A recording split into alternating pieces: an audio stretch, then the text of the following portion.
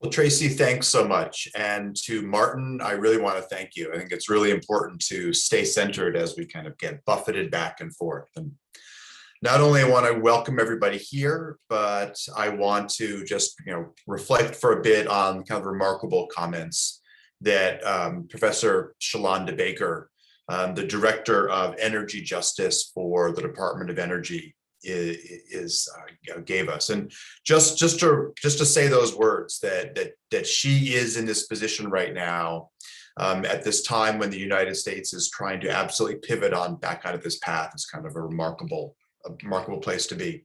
I'm going to mainly have the panelists introduce themselves. It's been my pleasure to get to know them and to work with some of them in some detail. But I'll start off with a couple general points about the point we're at, and then I'll move through and I'll just give people a sense of what's coming. I'll ask Rupa to introduce herself first, and then Suzanne Singer, and then Myra, and then Cheryl to give their 5 minutes each in terms of what motivates them, what are the challenges they're facing, what are the surprises, what are the justices and the injustices they see as we kind of get into the panel part of the conversation. But we're obviously doing this thanks to Tracy's lead and a remarkable day. This is kind of the Return to Sanity Earth Day, with the United States trying to jump back into a number of conversations that it played interesting roles in the past and has abandoned, sadly, for the past several years. And when you kind of try to sort through the massive number of announcements that have been made today so far, that will be made tomorrow, that will be made in the coming weeks as we kind of re-steer towards the climate conferences. There's just a couple aspects of the justice climate story that I think are kind of worth highlighting. One is that if you read through the announcements, you'll see that each country has conveniently picked its baseline year in what a technical person like myself just sees as a dizzying mess, where the UK picked 1990, the US picked 2005, Japan just picked 2013. Every country picks a number to best reflect what they're doing today. Mainly, they pick peak numbers so that what they do looks best. And so while President Biden announced a 50% cut on the technical table, people notice this is really more like in the low 40s because of readjusting our baselines. I think that technical story is going to get played out, what every country is committed to. But in terms of racial justice, we really need to hold ourselves to a higher standard, in that we can't forget not only the land we're on today, we can't forget the degree to which the actions that we're looking at in many ways are just trying to catch up with what indigenous communities, some of the communities in Port Arthur, Texas, that Shalonda Baker highlighted, have known and have been requesting and demanding, and now hopefully getting some attention on. And so when we kind of hear the comments, it's worth looking at what is the legacy. Shalonda highlighted the work of Robert Bullard, who notes over and over again, he's written an amazing number of books, now approaching 20. They all basically have the same theme, and that is that the exploitation of people of color and of disenfranchised communities is one that is not just an injustice to them, but it's an injustice to our own ability to actually meet these climate targets. And so as this kind of remarkable group of panelists will highlight what they're doing, I think that background is really critical. And so one last piece before I turn it over to them to introduce themselves, and then we'll get into the dialogue, and that is, look with real detail at the announcements you're seeing made today in terms of the degree to which they reflect underlying fossil fuel subsidies. The statements often by corporations that their best practices also suddenly and remarkably happen to align with best economic opportunities as opposed to movements towards justice. the degree to which we can talk about intergenerational equity on one hand, and then completely ignore not just basic science, but economics about the impacts that what we're doing today will have on Rupa, Suzanne, and particularly Maya's generation. Cheryl and I were in a different camp. We're gonna hold ourselves back in terms of the age part of the story. But thinking about how the climate story requires justice. And while that's in the news right now, that we have a chance now to hold ourselves to that in some very different ways. So while we're having the session, Representative Ro Khanna is holding a hearing on Capitol Hill, where Greta Thunberg is the first witness about opening the mechanisms to end fossil fuel subsidies. Last year, the US fossil fuel subsidies were at least 30 billion in direct subsidies before we get into some of the indirect ones. And so to kind of keep those in mind. And so let me start with Rupa. Each panelist will do about 5 minutes to introduce what motivates them. And then we'll do as many rounds of questions as we can get in about 25 minutes. So Rupa, over to you, and thank everyone for being here today. Thank you so much, Daniel, and thank you, Tracy, for this opportunity to participate and celebrate this Earth Day. It's also my father's birthday, my favorite ancestor, and it's also, the beginning of this remarkable UC-wide Center for Climate Justice, which is a great way to start the work on climate change in the UC system was framed through justice. I'm speaking to you today in scrubs because we are in the midst of a climate emergency and I'm on call 24 hours a day. I'm speaking to you from the occupied unceded territory of Ramaytush Ohlone territory, what is formerly known as Yelamu, the village of Yelamu, now known as San Francisco. I'm at UCSF, where I'm a associate professor of medicine in hospital medicine. I do work with indigenous communities around decolonizing food and medicine. I've been working with communities here struggling under the health impacts of law enforcement violence, from ICE raids to Marya Woods and Alex Nieto being shot by SFPD and not finding any justice. So what we're talking about when we're talking about climate change, the way I see it, is that for over 30,000 years and more, the water here was drinkable, the air here was breathable, the land here was vital, the soil was rich. The biodiversity was off the charts, something that shocked the Europeans when they came. And in the last 150 years, all of that has been degraded, and it has been degraded by the same system that put a knee on the neck of George Floyd. It's the same system that killed Alex Nieto. It's the same system that has led to farm workers in California dying of COVID the way that they have been. So we need to understand that the cosmology and the ways of thinking that have led us here, that advance a European white supremacist agenda, are what have pushed this planet to the brink of collapse.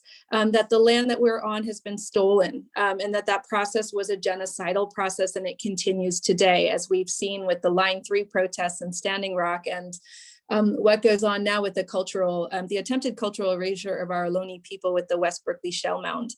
So these things are not, these things are all related. They're not separate. So it's impossible to talk about economics without talking about how this land was stolen and who has been here tending it. It's impossible to talk about farming without talking about why the land here is so beautiful and rich, and who was tending it, from the grizzly bear to the salmon to the coyotes to the indigenous people. So the work I've been doing has been about empowering our indigenous communities here in the Bay Area, especially on Ramaytush Ohlone territory.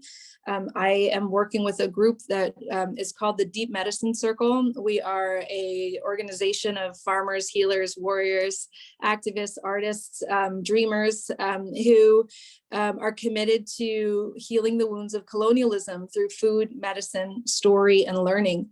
And we are working on a 38-acre farm just south of Half Moon Bay in Ramaytush territory under their leadership, in order to create space for them to reconnect to land and reconnect to their ancestral knowledges.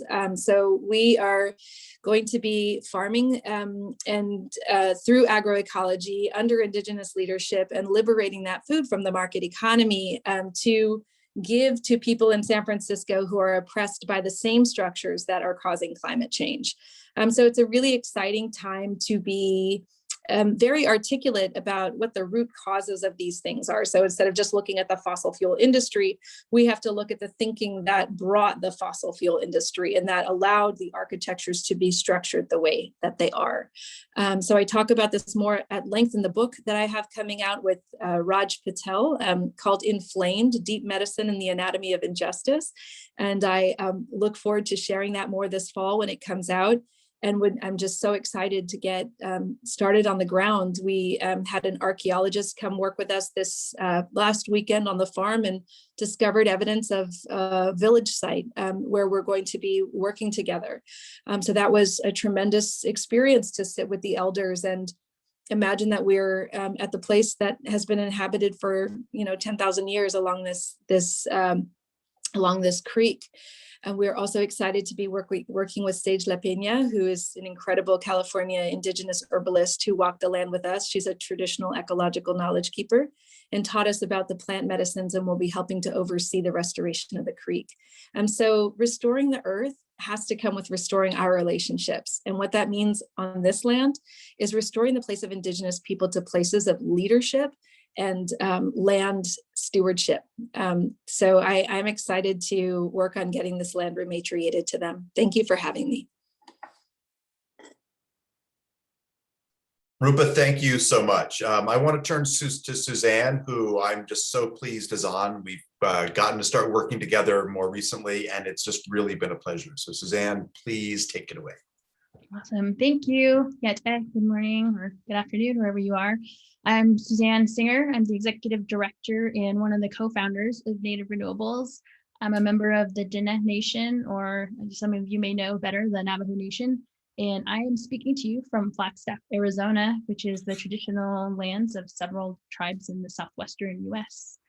So Native Renewables, we're a nonprofit organization, and we founded to address the climate justice or injustice issues, which is rooted in both energy, environmental justice, and I'm sure many other areas.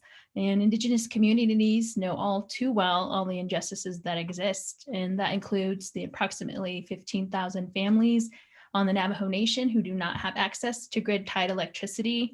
That includes families that spend half of their income on fuel expenses. Also communities in Alaska that can spend $500 a month or more on heating and electricity. So I'm passionate about these things because my families were among the people that don't have power. It's funny because when I was younger, I thought it was a common thing, and this is kind of what it was like all around the rest of the US. And I think now that I'm older, I understand how important it is for tribes to have energy independence, the ability to control and own your power. So our mission is to empower Native families to achieve that energy independence. And it feels amazing to be able to create our own opportunities and work towards building an economy around renewable energy.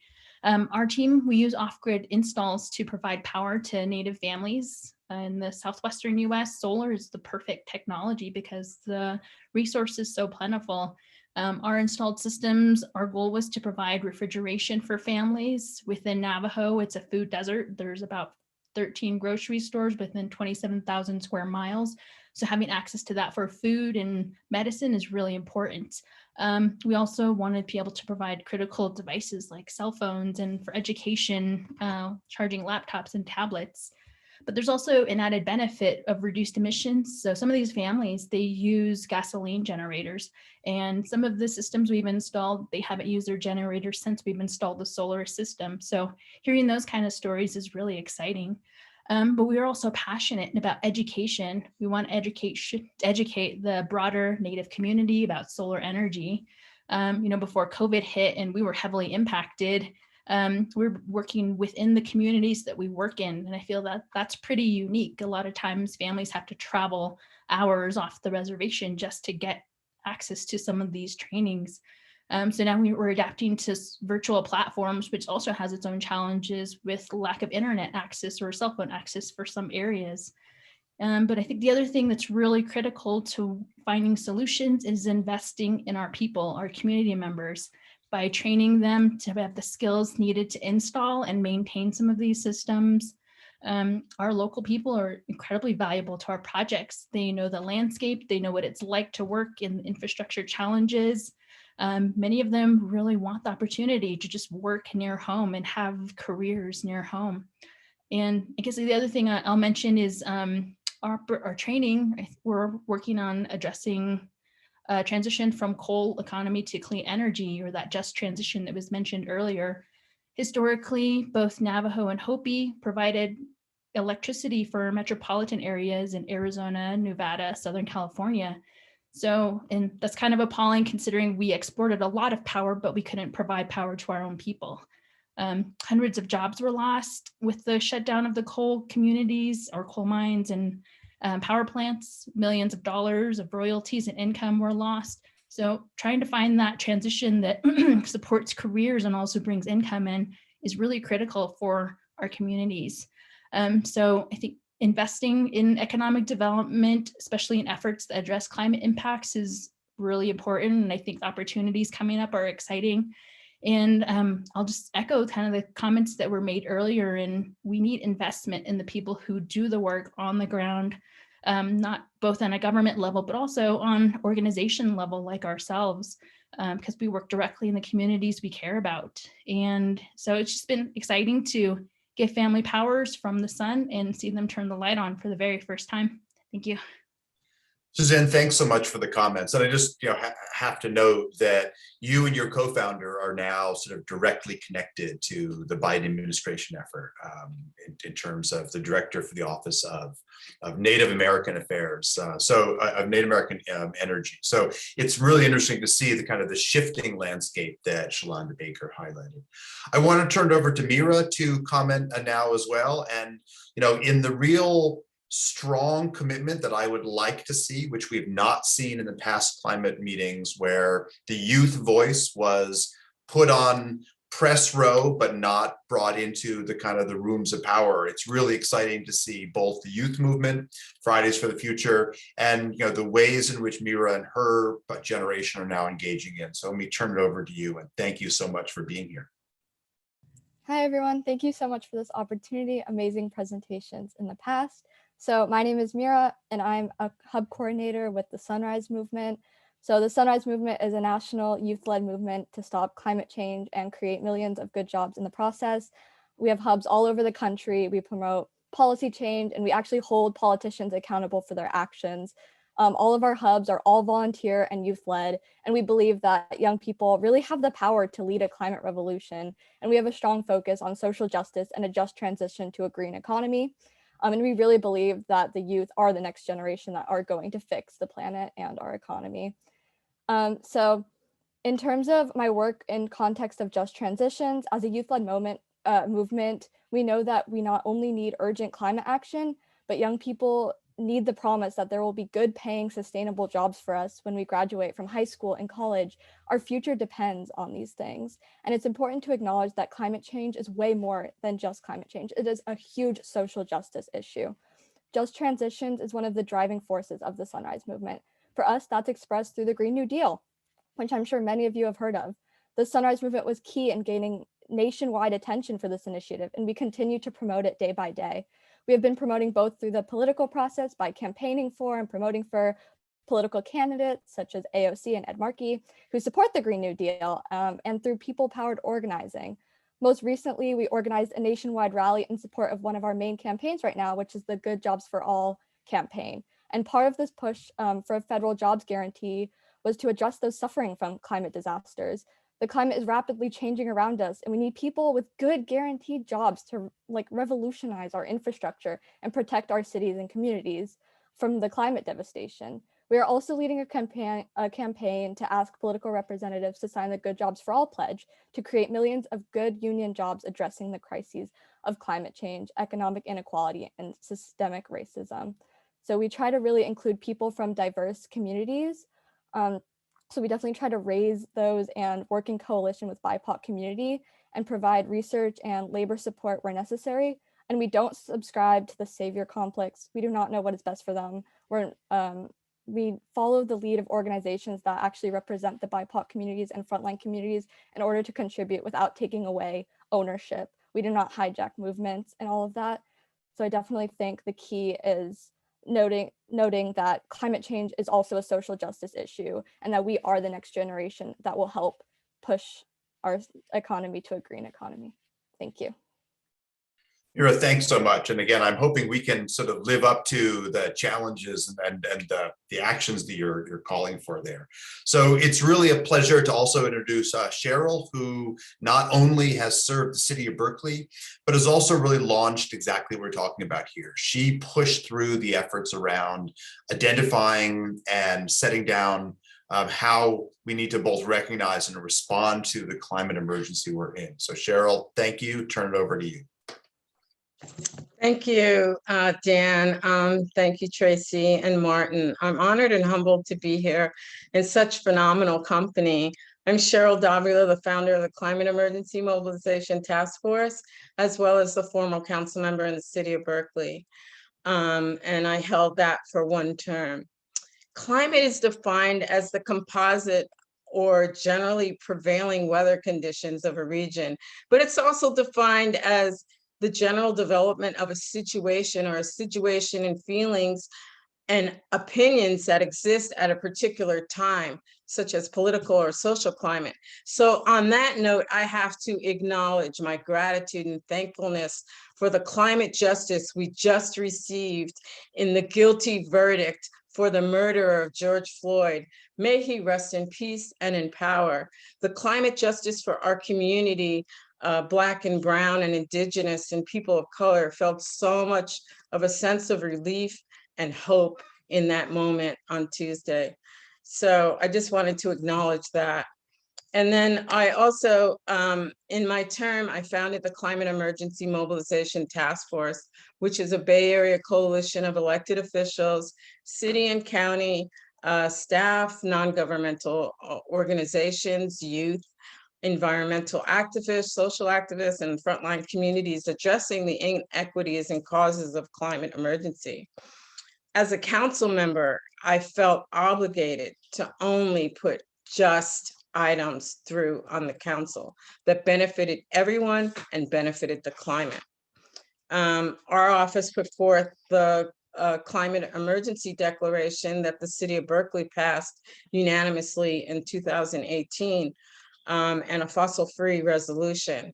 And that prompted over 1,892 governments around the world to declare a climate emergency. Both Dan and I received a Global Citizen Award from the UNA, the United Nations Association of the East Bay, in 2019.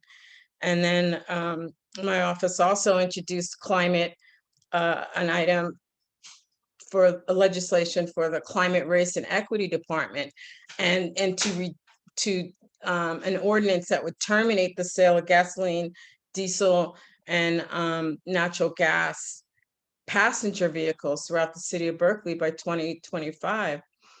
And the Climate Emergency Mobilization Task Force was the catalyst for the legislation my colleague introduced for prohibiting natural gas infrastructure in new buildings. That was passed in 19 and came into effect on the 1st of January 2020. And as a council member, I felt obligated to put forth an item to declare racism as a public health crisis, a threat and safety issue in the city of Berkeley. And a no confidence vote in the chief after realizing all the disparities of our police department on Black and Brown and Indigenous folks and people of color. And the 51% diversion of the police budget for the city of Berkeley's police department, which didn't get passed, but 8 out of the 10 items got put into the mayor's omnibus item. And he was on CNN this morning talking about, moving some of that money to really take mental health and homelessness calls out of the police and the stops that don't require a police. So, it's COVID-19 brought to the forefront the systemic and institutional, structural, and environmental issues plaguing our world. And we just have to, environmental justice and social justice are unified within an extractive economy where the earth and the people are pillaged for profit-producing cheap commodities that pollute the earth at the expense of people's health. Environmental racism and injustice does not stop at one city's border. It affects all of us. Environmental justice is racial justice. Police reimagining is racial justice and climate justice. We must move forward in the world to make sure that we don't go back to these extractive corporate greed ideologies. And social justice and racial justice are right here in the forefront for climate justice. Thank you. Cheryl, thank you so much for kind of pulling all those together. So I'm going to try to move this back and forth to be both some Q&A and also a chance for you to ask others of the panelists questions. But let me sort of stay in the first order and start with Rupa and just go around again. And really just kind of, can you highlight quite briefly? We'll try to keep this flowing, and if someone wants to jump in, feel free. But I would say, what is most needed for your work? What are the kind of the pillars that you base it on? And I'll kind of go around unless someone does want to jump in for somebody else. But Rupa, if you don't mind starting us off. Well, right now, as we're getting started on this new farm, just all sorts of support from volunteers pitching in to come and help, to community gathering on the site and bringing back the stories, and being in a space where we can collectively heal the various traumas that have led us here in the context of climate disasters, as Cheryl so adequately described, that our climate, or our exposures, the exposome that we are living in, is what is keyed to the tune of trauma for people of color, for Black and Indigenous people. The reason I was born here in Ramaytush territory, not in Punjab, where my ancestors are from and have been farming for centuries, is because $42 trillion was extracted in labor and goods from our country, and wealth in India. And so there is a need to redistribute land, to redistribute wealth to people who've been historically harmed. And that would start with Indigenous people and Black folks and Latino folks here in California. So I think that would be the first thing. And then the next thing would be policy, brave and bold policy to support our work. So as we are cleaning up the creek in San Gregorio, the guys across the way who are practicing, fossil fuel based agriculture are not just sticking more chemicals and pesticides. So as we bring back the salmon, they're not just being killed by the other processes. We need, like California, to go fully committed to organic fossil fuel free food. We need composting and cover cropping and regenerative techniques to be at the forefront of our agricultural practices. We do not need to be giving the world all the almonds in the world, especially with crops and crop growing practices that are so water intensive, as California is on fire. So we need bold, new and old, I should say, ways of imagining farming. These big, huge monocropping farms that many of them were stolen from Japanese farmers who came here, which were stolen again by the rancheros and the Spanish. That we need to be bold in our policies around agriculture and not be beholden to those lobbyists and corporate interests, but be beholden to the earth's interests and to the interest of all living creatures, and to centering a politics and a policy of care. And what we've seen with COVID is that we don't live in that kind of culture. Here in San Francisco, I was forced to send out unhoused people from the hospital at UCSF who are sick onto the streets, unhoused people onto the streets in the midst of a virus peaking throughout our city, and in the midst of wildfire smokes with the unhealthiest AQIs we've had in our area forever. I've never seen it for 3 weeks, people unable to breathe healthily outside, and we were still forced to send people out to the streets. So that causes burnout and moral distress on our doctors and nurses who are already just, exhausted to know that we have to cause further harm. So we took an oath to do no harm, and we need our policies to reflect that so that we can actually live up to our moral obligations to care for the people, care for the earth. So I think it's time to, think about how to, we can be supported by dismantling those structures that put profit before living healthy systems. Yeah, I mean, the connection on the health to climate to justice is just amazing. So Suzanne, you've got a long list, and actually from the early, sort of horrific numbers of COVID on the Navajo DNA reservation to kind of a remarkable turnaround through community activities. I mean, there's a huge amount to do, but you've also got to feel like there are some key lessons from how your community has addressed some of these issues. So, what really seems critical for you to get things done? Oh man, yeah, you're right. A lot of things related to infrastructure. I mean, one aspect of addressing that is affordable technologies, implementable, and I think being able to train the people locally how to utilize those. So I think a lot of times the model is we pay someone externally to come in, do the project for us, leave. Maybe we have some, they call themselves grunt workers, but not really building the skill set within our communities to start developing that skill for ourselves and creating opportunities out of that. So I think in terms of our own specific work, technology advances that make things affordable, like the cost of off-grid systems, we have to pay for storage, and it can be quite expensive, especially for low-income communities. And some of the other infrastructure items, we talked about food a little bit, water. I think 1 in 3 families don't have access to running water, and internet, broadband. I think there's some things we want to start exploring as well.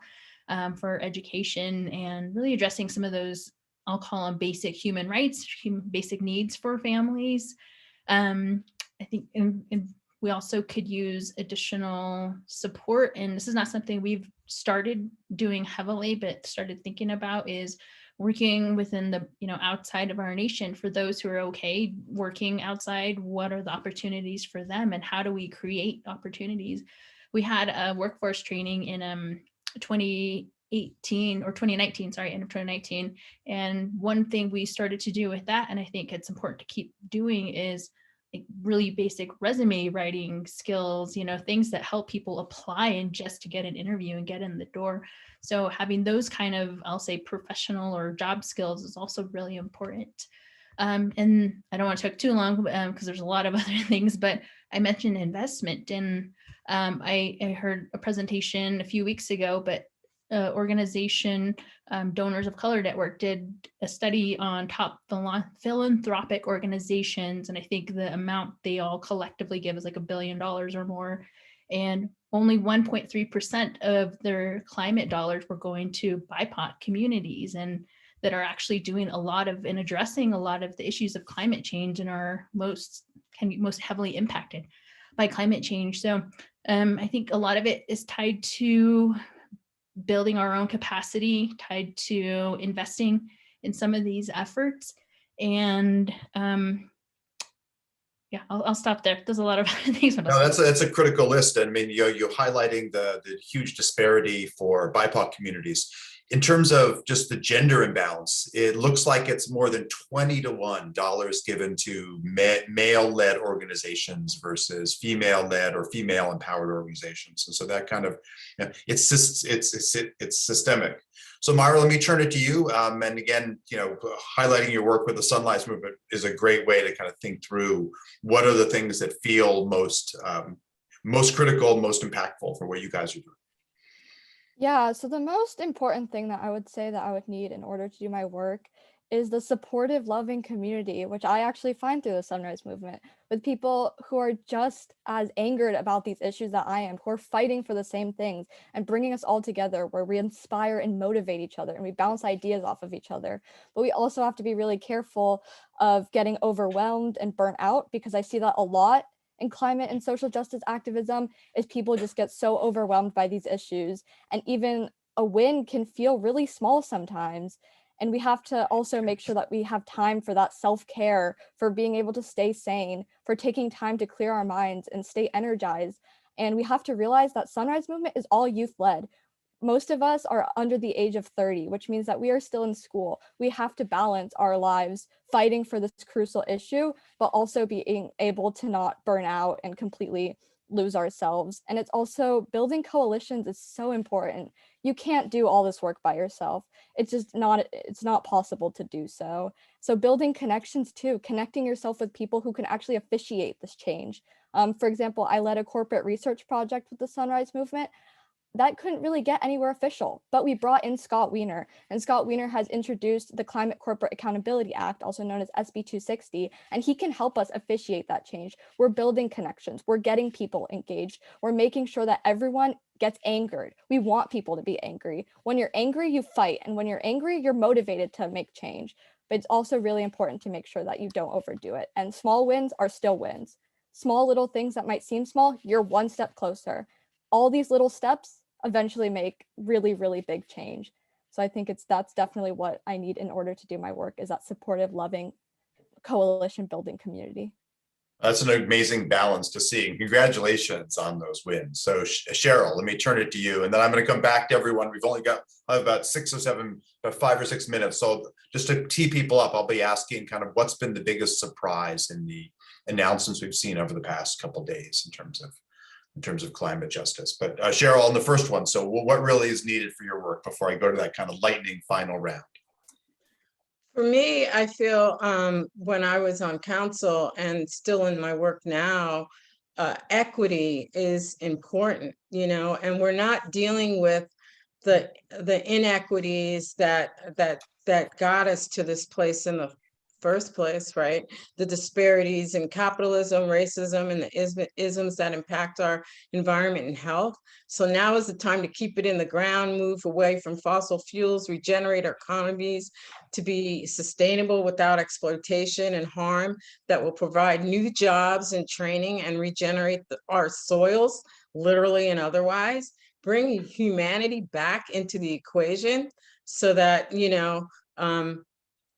we can deal with all these isms, and as to Suzanne's point, we have to get these philanthropic foundations and stuff to take climate as one of their points of interest. I was surprised to find out that that's not even there. So that's a first start, dealing with the racism and getting the money to be able to change people's minds and be able to do all the environmental justice things that we need to do to save our planet.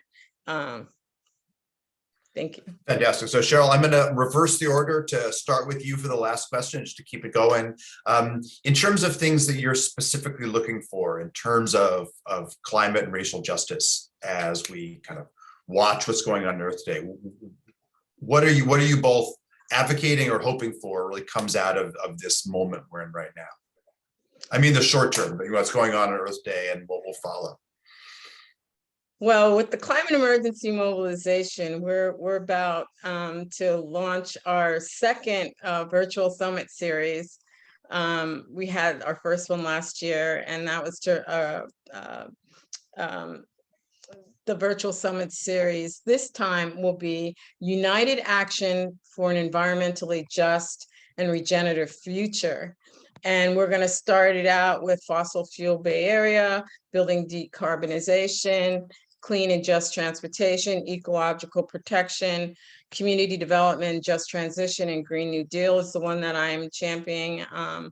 And then in November, we're going to do where do we go from here for continued climate actions. And we just need to like be united. This is the whole world is on the same playing field, right? With COVID.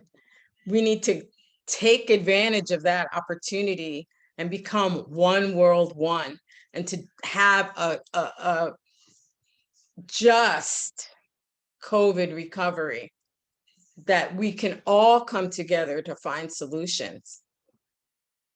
Right. So Myra, That's my hope. that's perfect. Myra, what's kind of on your near-term agenda? Well, the main thing I would say that I'm fighting for is to live. I want a livable future. I want this planet to not get completely destroyed. And every day things are getting worse.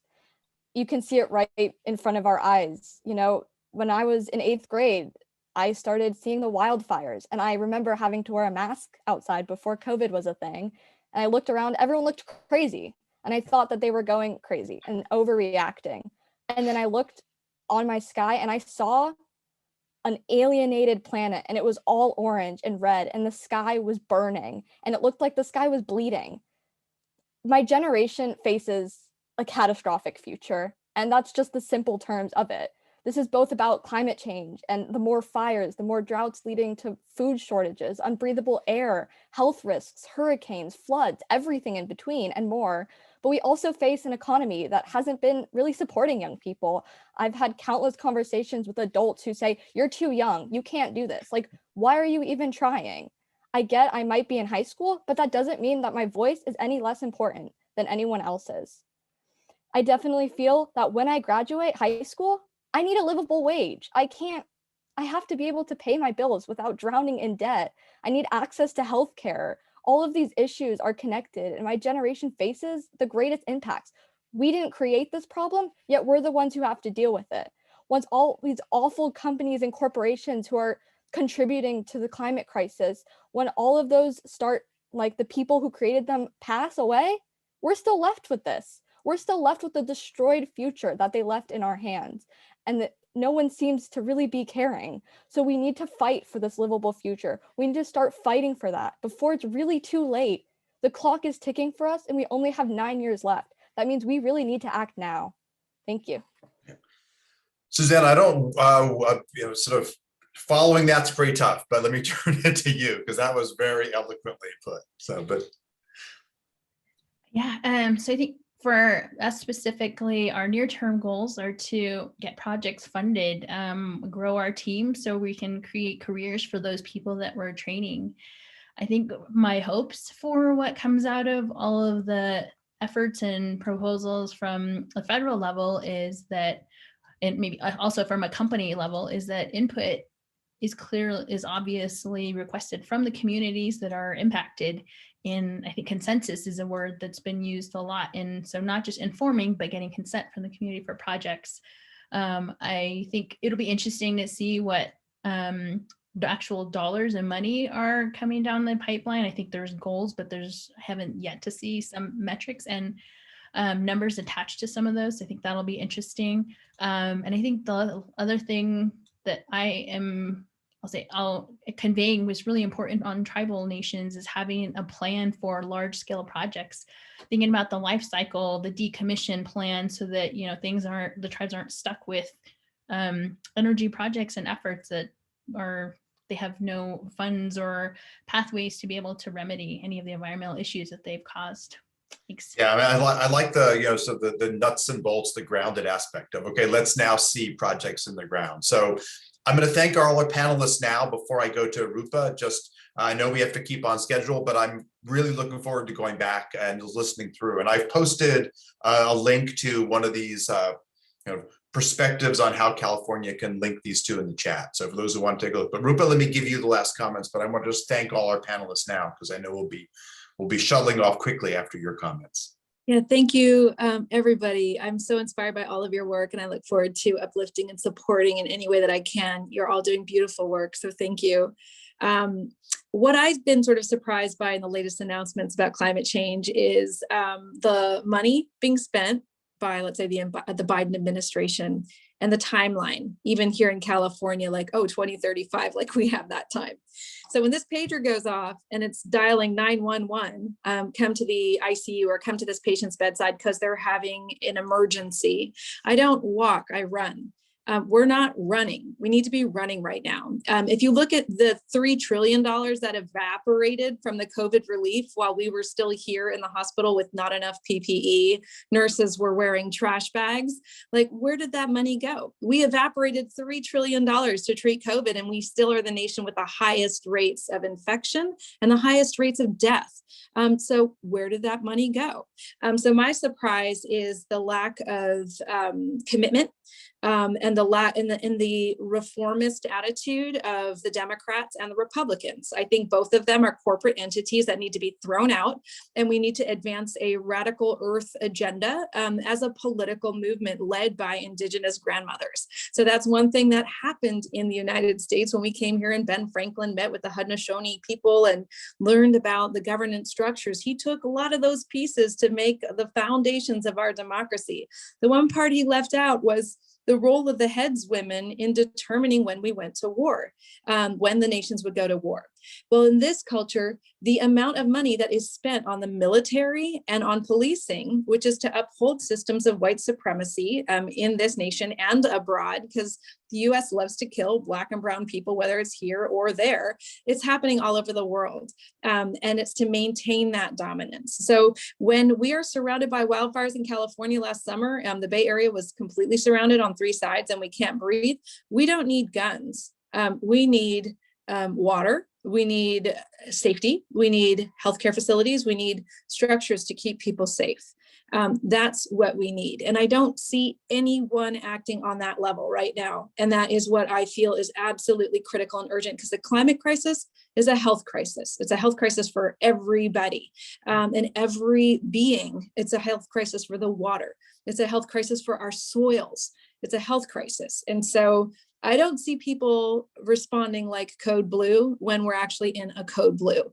And I think that disingenuousness is a reflection of the corporatist capitalist structures that have destroyed this planet and everything beautiful on it. And so if we're not talking about ending capitalism, we're not talking about addressing climate change. And so that's what I need to see. I need to see a conversation broadly and deeply about completely transforming our economic structures and agendas, prioritizing those who've been harmed hardest, prioritizing them first.